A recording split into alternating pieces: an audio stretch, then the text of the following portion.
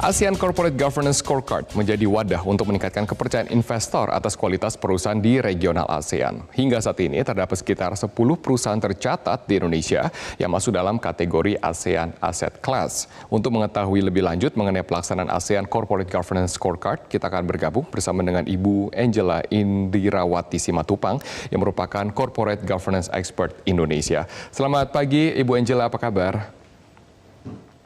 Pagi Robert, kabar baik. Kabar baik, terima kasih telah bergabung bersama dengan saya. Ibu Angela, bisa kemudian Ibu Angela jelaskan terlebih dahulu, apa sih yang dilakukan oleh Ibu untuk corporate governance di Indonesia termasuk ASEAN Corporate Governance Scorecard? Oke, mungkin saya cerita singkat ya. Asian Corporate Governance Scorecard itu atau ACGS itu adalah salah satu upaya untuk meningkatkan kepercayaan investor terhadap kualitas perusahaan di ASEAN. ACGS itu sendiri merupakan bagian dari inisiatif ASEAN Capital Market Forum. ASEAN Capital Market Forum itu adalah forum regulator pasar modal di ASEAN, yang tujuannya adalah untuk meningkatkan standar dan praktik tata kelola, terutama perusahaan tercatat di ASEAN, untuk memberikan visibilitas yang lebih besar kepada perusahaan-perusahaan ASEAN yang dikelola dengan baik, dan untuk memamerkannya kepada investor internasional sebagai perusahaan yang berkelas dan layak untuk menjadi tempat investasi. Kalau saya sendiri itu ditunjuk untuk mewakili Indonesia menjadi Corporate Governance Expert, mewakili Indonesia sejak tahun 2016. Oke. Kemudian apa saja yang dinilai, Bu Angela, dari sebuah perusahaan, apa saja aspek-aspek yang dinilai? Itu ada 5 aspek sebenarnya. Pertama adalah peranan dari pemegang saham. Karena sangat penting ya untuk bisa memfasilitasi hak-hak seluruh stakeholders, adalah salah satunya adalah pemegang saham. Jadi hak dan peran pemegang saham, kemudian equitable treatment dari pemegang saham yang haknya dan setara ya, adil dan setara sesuai dengan hak dan kewajiban. Kemudian tadi peran-peran pemegang saham, kemudian keterbukaan, transparansi, serta tanggung jawab dari direksi dan juga Dewan Komisaris. Itu adalah 5 aspek yang dinilai. Tentu di dalamnya banyak sekali komponen yang harus dicermati. Tetapi memang karena kita bicara ASEAN, bukan saja Indonesia, kita bicara disclosure yang dibuat kepada publik.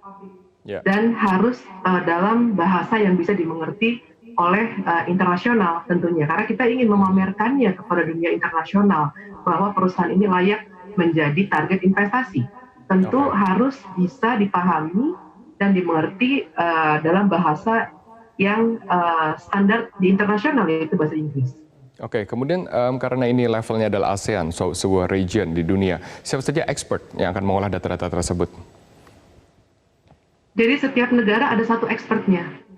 Setiap negara menunjuk satu orang dari negaranya untuk mewakili masing-masing negara untuk mengolah scorecard-nya, memperbaharui setiap tahun, dan juga menunjuk domestic ranking body. Ada setiap negara juga memiliki untuk melakukan assessment, dan domestic ranking body ini melakukan penilaian kepada perusahaan tercatat di negaranya, lalu dilakukan peer review supaya memastikan akurasi dan juga standarisasi penilaian.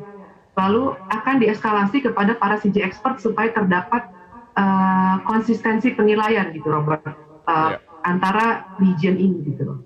Oke, bagaimana dengan pencapaian Indonesia, Bu Angela, sejauh ini dibandingkan dengan negara-negara ASEAN atau dibandingkan dengan region di dunia lainnya?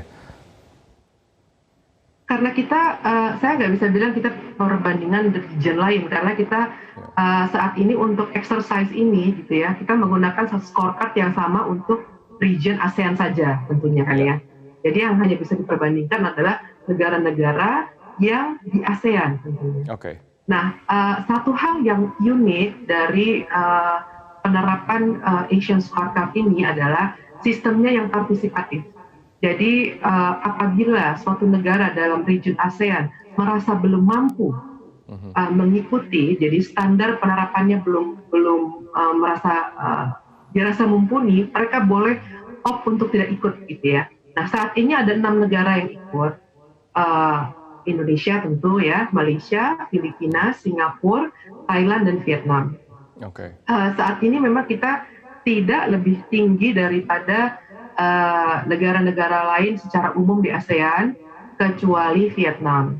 Tetapi saya rasa kita jangan berkecil hati, karena setiap tahun kita lihat kita ada peningkatan. Ada peningkatan rata-rata skor negara kita. Tetapi memang Indonesia ini punya potensi yang sangat besar, Robert. Betul. Jadi semua orang, kita selalu ada peningkatan setiap tahun. Tetapi semua negara lari juga gitu ya. Jadi kalau kita mau lebih cepat, kita harus lari lebih kencang. Jadi saya rasa sih mungkin seperti itu kondisinya gitu. Betul. Nah, bagaimana caranya untuk melari lebih kencang, Bu Angela? Mungkin ini dapat menjadi masukan bagi perusahaan-perusahaan tercatat di Indonesia. Oke, jadi kalau saya bilang sih kan gini, kita tidak sama dari emiten perusahaan tercatat yang ada di Indonesia ini tidak semua sama awareness-nya.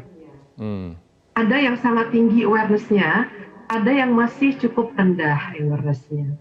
Sehingga yang rendah-rendah ini yang perlu ditingkatkan gitu ya, di-encourage untuk bisa lebih memahami pentingnya tata kelola. Karena sebenarnya skor negara kita itu turun jauh di bawah yang lain-lain dikarenakan banyak perusahaan tercatat yang awareness-nya masih rendah, sehingga menarik skor negara kita turun. Jadi saya juga tapi tidak menyampingkan bahwa banyak rekan-rekan di perusahaan tercatat yang sudah berusaha keras gitu ya. Betul. Dan mendapatkan peningkatan, karena tahun lalu gitu kalau kita perbandingkan itu naik, yang masuk dalam ASEAN Asset Class itu naik 25%. Oke, berarti ada pencapaian setiap tahun, Bu Angela, dan mungkin dengan scorecard ini juga mereka dapat mengetahui nilai mereka dan mereka mempunyai benchmark untuk mengacu dan juga perbaikan good governance atau corporate governance ke depannya. Terima kasih Ibu Angela telah bergabung bersama dengan saya.